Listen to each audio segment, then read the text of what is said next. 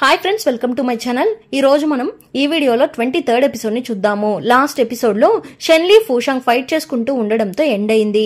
ఇప్పుడు episode starting లోనే షెన్లీని ఎవరు ఫాలో చేసుకుంటూ రాకూడదు అని పప్పెట్స్ ని పంపించి దళపతులందరినీ అడ్డుకుంటూ ఉన్నాడు. అది మాత్రమే కాకుండా ఫూషాంగ్ పైన ఎగురుకుంటూ వెళ్తూ కరెక్ట్ గా సముద్రం మధ్యకి షెన్లీని తీసుకుని వచ్చేస్తున్నాడు. షెన్లీ కూడా ఆ సముద్రం మధ్యలో పైన ఎగురుతూ ఫూషాంగ్ తో ఫైట్ చేస్తూ ఉంది.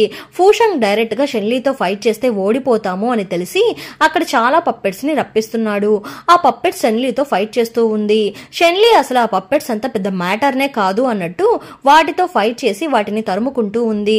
ఆ పప్పెట్స్ అన్నిటిని అంతం చేసేసి ఫూషాంగ్ గుండెల్లోకి గట్టిగా ఆయుధాన్ని దింపేసి, నీకు ఎంత ధైర్యం ఉంటే నా దగ్గర ఉన్న వస్తువుని సొంతం చేసుకోవాలని నన్ను ఇక్కడికి రప్పించావు అని అడుగుతూ ఉంటే దానికి ఫూషాంగ్ మీరు ఎక్కువగా బాధపడుతున్నారు అనేసి షెన్లీని తోసేస్తున్నాడు.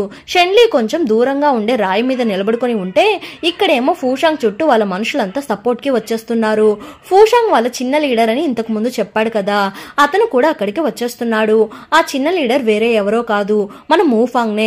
మూఫాంగ్ ని చూసి షెన్లీ షాక్ అయిపోయి మూఫాంగ్ నా అని చూస్తూ ఉంది. ఎవరిని అడిగి అలా చేస్తున్నావు అని ఫూషాంగ్ ని మూఫాంగ్ తిడుతూ ఉన్నాడు.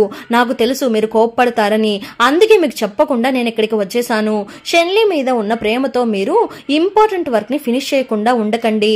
ఇప్పుడు ముందు మనం ఫినిష్ చేయాల్సిన పని ఏంటి అంటే షెన్లీ బాడీలో ఉండే ముత్యాన్ని బయటకు తీయడము. ఆ ముత్యాన్ని సాధించడం కోసమే మనం ఎన్నో వేల సంవత్సరాలుగా వెయిట్ చేస్తూ ఉన్నాము. షెన్లీని చంపితేనే ఆ మాయముత్యాన్ని మనం సొంతం చేసుకోగలము, దాన్ని బయటకు తీయగలము అని ఫూషాంగ్ అంటూ ఉంటే నువ్వు ఇక్కడ నుండి వెళ్లిపో అని మూఫాంగ్ అరుస్తూ ఉన్నాడు. ఇంతకు మించి మీరు అరుస్తూ ఉంటే నేను మీ మాట వినకుండా ఉండడం తప్ప నాకు వేరే దారి లేదు అని ఫూషాంగ్ అంటున్నాడు. అదంతా మూఫాంగ్ సైలెంట్ గా వింటున్నాడు. షెన్లీ థింక్ చేయడం స్టార్ట్ చేస్తుంది. ఎవరో ఈ ప్లేస్ గురించి బాగా తెలిసిన వాళ్లే ఐడియా ఇచ్చి మన ఊరిని అంతం చేయడానికి ట్రై చేస్తున్నారు అని ఇంతకు ముందు షెన్లీ చెప్పింది కదా, అది వేరే ఎవరో కాదు మూఫాంగ్ నేనా అని థింక్ చేస్తూ మూఫాంగ్ ని చూసి నీ ప్రాబ్లం ఏంటో నాకు అర్థం కావడం లేదు. మనం ఇద్దరం ఎన్నో సంవత్సరాల నుండి కలిసే ఉంటున్నాము. 300 సంవత్సరాల నుండి ఇద్దరం ఒకే టీంలో పనిచేస్తూ మిలిటరీకి హెల్ప్ చేస్తూ ఉన్నాము. మన శత్రువుల్ని ఇద్దరం కలిసి ఎన్నో సార్లు ఎదిరించాము. నేను నీకు ఎలాంటి లోటు చేయలేదు. నిన్ను నా ఫ్యామిలీలో ఒకటిలాగా ట్రీట్ చేశాను. స్వర్గరాని కూడా నిన్ను ఫ్యామిలీ మెంబర్ లాగానే ట్రీట్ చేశారు.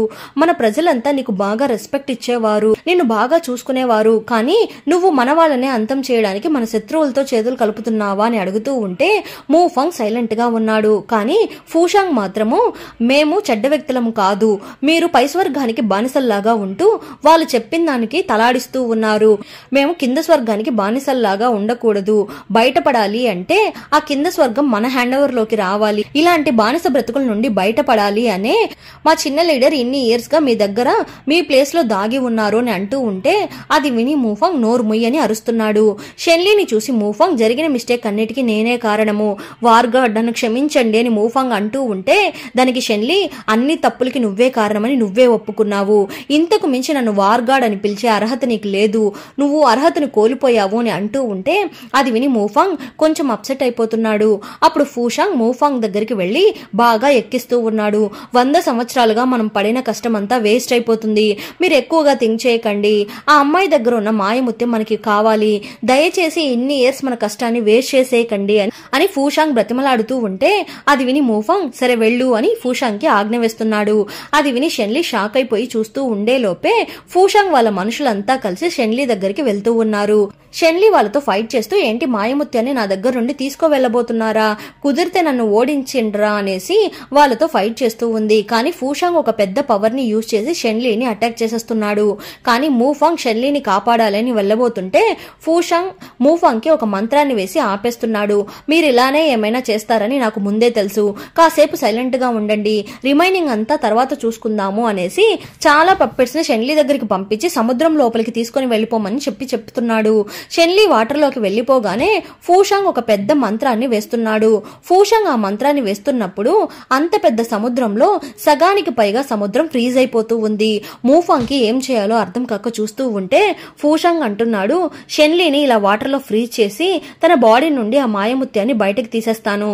అలాంటి మాయముత్యము ఈ లోకంలో ఒక్కటి మాత్రమే ఉంది, అది నాకు కన్ఫామ్ గా కావాలి. దాన్ని బయటకు తీసిన తర్వాత వెంటనే షెన్లీ చనిపోతుంది. ఆ డెడ్ బాడీని నేను మీకు ఇచ్చేస్తాను, గుర్తుగా ఆ శవాన్ని మీరే ఉంచుకోండి అని ఫూషాంగ్ అంటూ ఉంటే అది విని మూఫాంగ్ నన్ను వదలండి అని అరుస్తూ ఉన్నాడు. అది విని మూఫాంగ్ నన్ను వదులు, తనని ఏం చేయకోనే అరుస్తూ ఉన్నాడు. నోరు ముయ్యండి, నేను చేస్తే మాత్రమే ఈ మ్యాటర్ ని ఆపగలరు, అర్థమవుతుందా అనేసి మళ్ళీ ఆ మంత్రాన్ని వేస్తూ ఉంటే సముద్రంలో ఫ్రీజ్ అయిన మంచంతా గోల్డ్ కలర్ లో మంటలాగా వచ్చి అది పేలిపోతుంది. అది పేలిపోయి అందులో నుండి షెన్లీ బయటకు వస్తుంది. వచ్చి ఫూషాంగ్ ని అటాక్ చేస్తూ ఉంది. ఫూషాంగ్ గుండెల్లో ఆయుధం దిగిపోతుంది. నేను ఈ రోజు నిన్ను చంపకుండా వదిలిపెట్టండ్రా అనేసి వాడిని అటాక్ చేసి పక్కన పడేసి మూఫాంగ్ ని ఒక తన్నుదన్ని రాయి మీద పడేస్తుంది. మూఫాంగ్ కింద పడిపోగానే షెన్లీ మళ్ళీ మూఫాంగ్ ని అటాక్ చేసి అతని గుండెల మీద కాళ్లతో తొక్కుతూ, ఏమ్రా మా వీరులు చాలా మంది చనిపోయి ఉన్నారు, దానికోసమైనా నిన్ను చంపాలి అనేసి ఆయుధాన్ని తీస్తూ ఉంటే, మీ కోపం తగ్గడానికి నేను చనిపోయినా పర్లేదు, నేను చావడానికైనా రెడీగానే ఉన్నాను అని మూఫాంగ్ అంటున్నాడు. మూఫాంగ్ గుండెల్లో ఆయుధాన్ని యూజ్ చేసి అటాక్ చేస్తూ ఉంది షెన్లీ. మీరు నిజంగానే నన్ను చంపబోతున్నారా అని మూఫాంగ్ అడుగుతూ ఉంటే షెన్లీ కంట్లో నుండి కన్నీళ్లు వస్తూ ఉంది. మూఫాంగ్ ని కిందకు తోసేసి తన బాడీ నుండి ఎనర్జీని అంతా బయటకు తీస్తూ ఉంది. కరెక్ట్ గా ఆ టైంలో బాగా దెబ్బలు తిని చావు బ్రతుకుల్లో ఉన్న ఫూషాంగ్ పైకి లేచి చుట్టూ ఉన్న నెగిటివ్ ఎనర్జీస్ అంతా తను తీసుకుని ఒక శైతాన్ లాగా మారిపోతున్నాడు. వాడి బాడీ నుండి చాలా నెగిటివ్ ఎనర్జీస్ బయటకు వస్తూ ఉన్నాయి. అదంతా ఏం పట్టించుకోకుండా షెన్లీ కన్నీళ్లు కారుస్తూ మూఫాంగ్ ని చంపడానికి ట్రై చేస్తూ ఉంది. చుట్టూ నెగిటివ్ ఎనర్జీస్ ఎక్కువ అవుతూ ఉన్నదాన్ని మూఫాంగ్ చూసేస్తున్నాడు. మీరు నన్ను చంపాలి అని అనుకుంటే చంపండి, కానీ ఇక్కడ వద్దు, వేరే ఎక్కడికైనా వెళ్లిపోదాము, ఇక్కడ ఆపద ఎక్కువైపోతూ ఉంది, వార్గాడ్ ప్లీజ్ ఇక్కడ వద్దు అని మూఫాంగ్ బ్రతిమలాడుతూ ఉంటే, నువ్వు నాకు ఇంత ద్రోహం చేసిన తర్వాత నేను నిన్ను ఎలా నమ్మగలను అని షెన్లీ అంటూ ఉంది. అంతలో ఇక్కడ ఫూషాంగ్ రెడీ అవుతూ ఉన్నాడు ఆ నెగిటివ్ ఎనర్జీస్ ని యూజ్ చేసి షెన్లీని చంపడానికి. మూఫాంగ్ ఏమో షెన్లీతో, మీరు నన్ను నమ్మడం లేదు కాబట్టి నేను మిమ్మల్ని ఫోర్స్ చేసి ఇక్కడ నుండి వెళ్ళబోతున్నాను, నన్ను క్షమించండి అనేసి షెన్లీ ఆయుధాన్ని పక్కకు తోసేసి షెన్లీ చేతిని పట్టుకొని లాక్కొని వెళ్తున్నాడు. కానీ మూఫాంగ్ కొంచెం లేట్ గా ఆ స్టెప్ ని వేస్తున్నాడు. అంతలో కంప్లీట్ శైతాన్ లాగా మారిపోయిన ఫూషాంగ్ ఒక పెద్ద చేతిని వదిలి షెన్లీ బాడీలోకి ఆ నెగిటివ్ ఎనర్జీస్ ని పంపిస్తున్నాడు. మూఫాంగ్ చూస్తూ ఉన్నప్పుడే షెన్లీ బాడీలోకి ఆ చెయ్యి వెళ్లి షెన్లీని అక్కడి నుండి ఎత్తుకుని వెళ్లిపోతూ ఉంది. ఇప్పుడు ఆ చెయ్యి షెన్లీని కరెక్ట్ గా ఆ ఫూషాంగ్ ముందు నిలబెడుతుంది. షెన్లీ నొప్పితో బాధపడుతూ ఉంది. ఫూషాంగ్ షెన్లీ బాడీ నుండి ఆ మాయముత్యాన్ని నెమ్మదిగా బయటకు తీస్తూ ఉన్నాడు. ఆ ముత్యం నెమ్మదిగా బయటకు వస్తూ ఉండడంతో షెన్లీ మైకంలోకి వెళ్లిపోతుంది. కానీ షెన్లీ సడన్ గా కళ్ళు తెరిచి ఫూషాంగ్ ఆ ముత్యాన్ని బయటకు తీయకుండా ఫూషాంగ్ చేతిని పట్టుకుంటూ ఉంటే ఫూషాంగ్ భయపడిపోతున్నాడు. ఇంత జరిగినా ఈ అమ్మాయి ఎలా నన్ను అడ్డుకోగలుగుతుంది, నేను నమ్మలేకపోతున్నాను అని అనుకుంటున్నాడు. కరెక్ట్ గా షెన్లీ ఆ ముత్యాన్ని కొంచెం బయటకు తీయగానే అది వేగంగా పైకి వెళ్లి ఒక ఫీనిక్స్ పక్షిలాగా మారిపోతుంది. చాలా పవర్ఫుల్ అయిన ఫైర్ బాల్స్ అంతా ఆ సముద్రం మీద పడుతూ ఉంది. ఆ ఫీనిక్స్ పక్షి నేరుగా ఫూషాంగ్ దగ్గరికి వచ్చి ఫూషాంగ్ ని అటాక్ చేసి చంపేస్తుంది. సముద్రం అంతా ఫైర్ బాల్స్ తో నిండిపోతుంది. ఇప్పుడు షెన్లీ థింక్ చేయడం స్టార్ట్ చేస్తుంది, ఈ ఫూషాంగ్ ని చంపేశాము, వాడు మళ్ళీ తిరిగి వచ్చే అవకాశం లేదు. అది మాత్రమే కాదు, ఆ పాతాళ లోకం చాలా ప్రశాంతంగా ఉంది, అందువల్ల ఊర్లో ఉండే మన ప్రజలకి ఎలాంటి ప్రాబ్లమ్స్ లేదు, వీడు చనిపోయాడు కాబట్టి ఇంకా ఎవరు పప్పెట్స్ ని క్రియేట్ చేయలేరు అని థింక్ చేస్తూ ఉన్నప్పుడే షెన్లీ ఆయుధం పీస్ పీస్ అయిపోతుంది. షెన్లీకి అర్థమైపోతుంది ఇంకా మనం ప్రాణాలతో ఉండేలాగా లేము, చనిపోబోతున్నాము అనుకొని షెన్లీ వాళ్ళ ఊరి గురించి థింక్ చేస్తూ ఉంది. మళ్ళీ నేను నా ఊరికి వెళ్ళలేను కదా అనుకొని, అయినా పర్లేదు చాలా మంది ప్రాణాలని కాపాడేశాను, ఇంక నుండి వాళ్ళు నవ్వుతూ హ్యాపీగా ఉంటారు, నాకు అది చాలు, కానీ ఒక్కరిని చూడకుండా వెళ్ళిపోతున్నాను అని నాకు కొంచెం బాధగా ఉంది అనేసి హీరో గురించి థింక్ చేస్తూ ఉంది. అది కూడా భూలోకంలో ఉన్న ఆ షిన్షి గురించి థింక్ చేస్తూ ఉంది.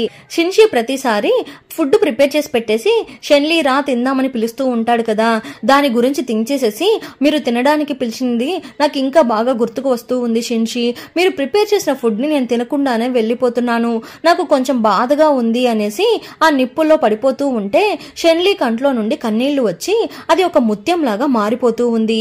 షిన్షి నాకు బాగా పెయిన్ గా ఉంది అని అంటూ షెన్లీ ఆ నిప్పుల్లో పడిపోతూ గాల్లో కలిసిపోతూ ఉంది. షెన్లీ డ్రెస్ లో ఒక చిన్న ముక్క మాత్రము ఎగిరి వెళ్లి ఆ పక్కనున్న రాయి మీద పడిపోతుంది. ఇక్కడేమో మన హీరో ఆ జ్ఞాపక చిహ్నం ఉండే ప్లేస్ దగ్గర కూర్చొని సింగిల్ గా గేమ్ ఆడుకుంటూ ఆ ప్లేస్ లో కొంచెం గాలి వస్తుంది. దాన్ని చూసి హీరో ఏంటి పవిత్ర స్వర్గంలో గాలి వీస్తుందేంటి అని షాక్ అయ్యి చూస్తూ ఉన్నాడు. టీ తాగేసి ఆ టీ కప్ ని కింద పెడుతూ ఉంటే వెంటనే ఆ కప్పు పగిలిపోతుంది. అపశకునాన్ని అర్థం చేసుకోకుండా ఏం జరుగుతుంది ఇక్కడ అన్నట్టు హీరో చూస్తూ ఉన్నాడు. ఇక్కడేమో షెన్లీ చనిపోయిన విషయం తెలిసి షెన్లీ వాళ్ళ దళపతులంతా ఒక చిన్న బాక్స్ ని తీసుకుని ఊర్లోకి వస్తున్నారు. ఊర్లో అందరికీ అర్థమైపోతుంది నెగటివ్ ఎనర్జీస్ అంతా అంతమైపోయింది, ఎక్కడ మన షెన్లీ మేడం అని అందరూ అడుగుతూ ఉంటే ఆ చీఫ్ దళపతి ఏమీ చెప్పకుండా సైలెంట్ గా లోపలికి వెళ్లిపోతున్నాడు. కరెక్ట్ గా ఇప్పుడు స్వర్గరాణి రికవర్ అయ్యి పైకి లేస్తున్నారు. అంతలో అసిస్టెంట్ రాణిగారి దగ్గరికి వెళ్లి మీరేమీ బాధపడకండి, మన కింద స్వర్గానికి ఏమీ కాలేదు, మన షెన్లీ మేడం వచ్చేసారు, షెన్లీ మేడం ఆ నెగటివ్ ఎనర్జీస్ ని అంతం చేయడానికి వెళ్లారు అని చెప్తూ ఉంటే అది విని స్వర్గరాణి భయపడిపోతున్నారు. లేదు తను వెళ్ళకూడదు, తనని త్వరగా ఇక్కడికి రమ్మని చెప్పండి అని అరుస్తూ ఉన్నారు. లేదు షెన్లీ వెళ్లి చాలా సేపు అయింది అని వాళ్ళు మాట్లాడుకుంటూ ఉన్నప్పుడే అక్కడికి చీఫ్ దళపతి వస్తున్నాడు. ఏడుస్తూ లోపలికి ఆ పెట్టెని తీసుకుని వస్తూ ఉంటే స్వర్గరానికి అర్థమైపోతుంది. కానీ కొంచెం షాక్ అయ్యి చూస్తూ ఉన్నారు. ఆ పెట్టెని ఓపెన్ చేసి చూస్తే అందులో షెన్లీ డ్రెస్ కి ఉండే ఒక 2 రిబ్బన్స్ మాత్రమే మిగిలి ఉన్నాయి. పైగా అవి కూడా సగం కాలిపోయి ఉన్నాయి. దాన్ని చూసి రాణిగారు షాక్ అయిపోతూ ఉంటే చీఫ్ దళపతి అంటున్నాడు, అక్కడ ఉన్న నెగటివ్ ఎనర్జీస్ ని అంతం చేయడానికి మన వార్ గార్డ్ తన ప్రాణాన్ని త్యాగం చేశారు, సముద్రంలోనే మాయమైపోయారు అని అంటున్నాడు. అదంతా విని స్వర్గరాణి తట్టుకోలేకపోతుంది. ఇక్కడ ఏం జరుగుతుంది అన్నట్టు చూస్తూ ఉన్నారు. దళపతి వెంటనే ఏడుస్తూ నేను చేతకాని వాడినైపోయాను, నన్ను క్షమించండి అని అంటూ ఉంటే రాణిగారికి ఏం చేయాలో అర్థం కావడం లేదు. ఇప్పుడు ఆ దళపతి సముద్రం అంతా ఫ్రీజ్ అయ్యేలాగా అతను ఒక మంత్రాన్ని వేశాడు అని అంటున్నాడు. అది విని రాణిగారు ఇంకా దీని ఎంక్వైరీని స్టాప్ చేయండి, మీరే వీటన్నిటికీ ఐ విట్నెస్, నేరుగా స్వర్గరాజు దగ్గరికి వెళ్లి ఈ మ్యాటర్ ని రిపోర్ట్ చేయండి అని రాణిగారు అనగానే అలానే చేస్తాను అనేసి దళపతి అక్కడి నుండి వెళ్లిపోతున్నాడు. ఇంతసేపు ఒక రాణిలాగా మాట్లాడేసి వాళ్ళంతా వెళ్లిపోయిన తర్వాత ఒక అమ్మలాగా షెన్లీ డ్రెస్ లో ఉండే రిబ్బన్ ని పట్టుకుని ఏడుస్తూ ఉన్నారు. ఇక్కడేమో ఫూరాంగ్ వాళ్ళ అక్కతో కలిసి రాజుగారిని మీట్ అయ్యేసి వస్తూ ఉన్నారు.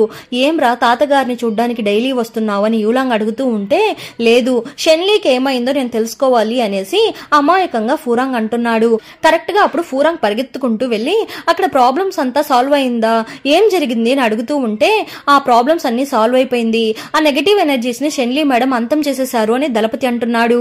అది విని ఫూరాంగ్ చాలా హ్యాపీగా ఫీల్ అవుతున్నాడు. నేను ముందే చెప్పాను కదా షెన్లీ చేయలేనిదంటూ ఏమీ లేదు అని హ్యాపీగా ఫీల్ అవుతున్నాడు. అయినా మీరెందుకు ఇంత డల్ గా ఉంటున్నారు అని యూలాంగ్ అడుగుతూ ఉంటే దానికి దళపతి నేను రాజుగారితో కొంచెం మాట్లాడాలి అనేసి అతను అక్కడి నుండి వెళ్లిపోతున్నాడు.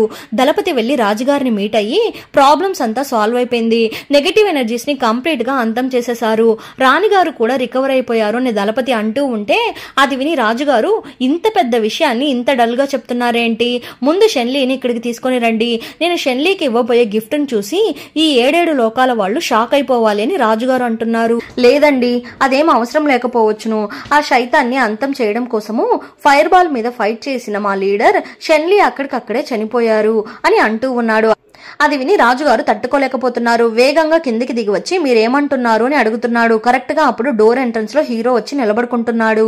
అన్ని హీరో వినేసి దాన్ని నమ్మడం ఇష్టం లేక మీరు ఎవరి గురించి చెప్తున్నారు అని అడుగుతూ ఉంటే మా వార్గార్డ్ షెన్లీ నిన్న సముద్రం దగ్గర ఫైర్ బాల్స్ తో ఫైట్ చేసి ఆ శైతాన్ని చంపేసి తను కూడా అక్కడే చనిపోయారు అని చెప్పగానే అది విని హీరో తట్టుకోలేకపోతున్నాడు.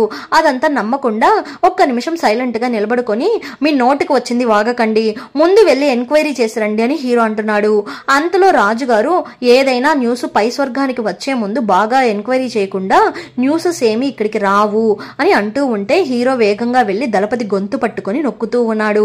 పిచ్చిగా వాగకు, పెద్ద పనిష్మెంట్ ఇచ్చేస్తాను, ఆదిదేవుడు ముందు అబద్ధం చెప్పడం ఎంత పెద్ద నేరమో తెలుసా అని అంటూ ఉంటే దానికి దళపతి మీరు నాకు 1000 థండర్ పనిష్మెంట్ ఇచ్చినా పర్లేదు, నేను యాక్సెప్ట్ చేసుకుంటాను, కానీ నేను చెప్పింది మాత్రం నిజము అని దళపతి అంటూ ఉంటే వెంటనే అతన్ని దూరంగా విసిరివేసి మన హీరో తన కోపాన్ని ప్రదర్శిస్తున్నాడు.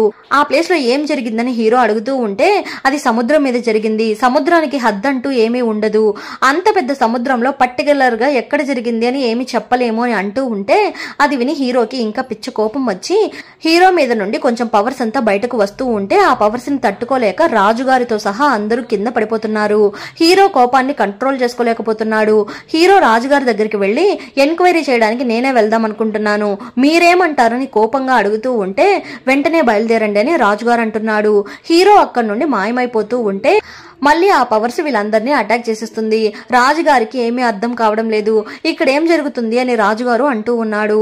అప్పుడు ఆ దళపతి ఆ శైతాన్ సముద్రాన్నంతా ఒక్కసారిగా ఫ్రీజ్ చేసి పడేసింది అని చెప్తూ ఉంటే, ఏంటి ఫ్రీజ్ చేసే మంత్రమా? ఆ మంత్రాన్ని అంత పెద్ద సముద్రం మీద వేయగలిగే ఒకే ఒక పర్సన్ మన ఆదిదేవుడు మాత్రమే. ఆ శైతాన్ ఎలాగ వేయగలిగింది అని రాజుగారు కన్ఫ్యూజ్ అయిపోతూ ఉన్నాడు. ఇప్పుడు హీరో కోపాన్నంతా కంట్రోల్ చేసుకుని ఆ సముద్రం మీద ఎగురుకుంటూ వెళ్తూ షెన్లీ షెన్లీ అని అరుస్తూ ఒక రాయి దగ్గరికి వెళ్లి చెక్ చేస్తూ ఉంటే అక్కడ ఒక రాయి మీద షెన్లీ నిలబడుకొని ఉన్నట్టు ఉంది. షెన్లీ నువ్వు ఇక్కడున్నావా అనేసి ప్రేమతో షెన్లీ చేతిని పట్టుకోవడానికి వెళ్తూ ఉంటే షెన్లీ రూపం అక్కడి నుండి మాయమైపోతుంది. ఇది నా భ్రమణ అని హీరో చూస్తూ ఉన్నప్పుడు షెన్లీ డ్రెస్ ముక్క అక్కడ కనిపిస్తుంది. దాన్ని హీరో తీసుకుంటూ ఉన్నాడు. అంతటితో ఎపిసోడ్ ఎండ్ అయిపోయింది. మళ్ళీ నెక్స్ట్ ఎపిసోడ్ లో కలుద్దాం. ఈ డ్రామా ఎలా ఉందో తప్పకుండా కమెంట్ చేయండి. అలానే చాలా మంది నా ఛానల్ ని సబ్స్క్రైబ్ చేయకుండానే చూస్తున్నారు. ప్లీజ్ సబ్స్క్రైబ్ చేయండి. అలానే లైక్స్ వేయండి. మీరు వేసే ఒక్కొక్క లైక్ నా ఛానల్ ని వేరే వాళ్ళకి రికమెండ్ చేస్తుంది. ప్లీజ్ సపోర్ట్ చేయండి. Thanks for watching.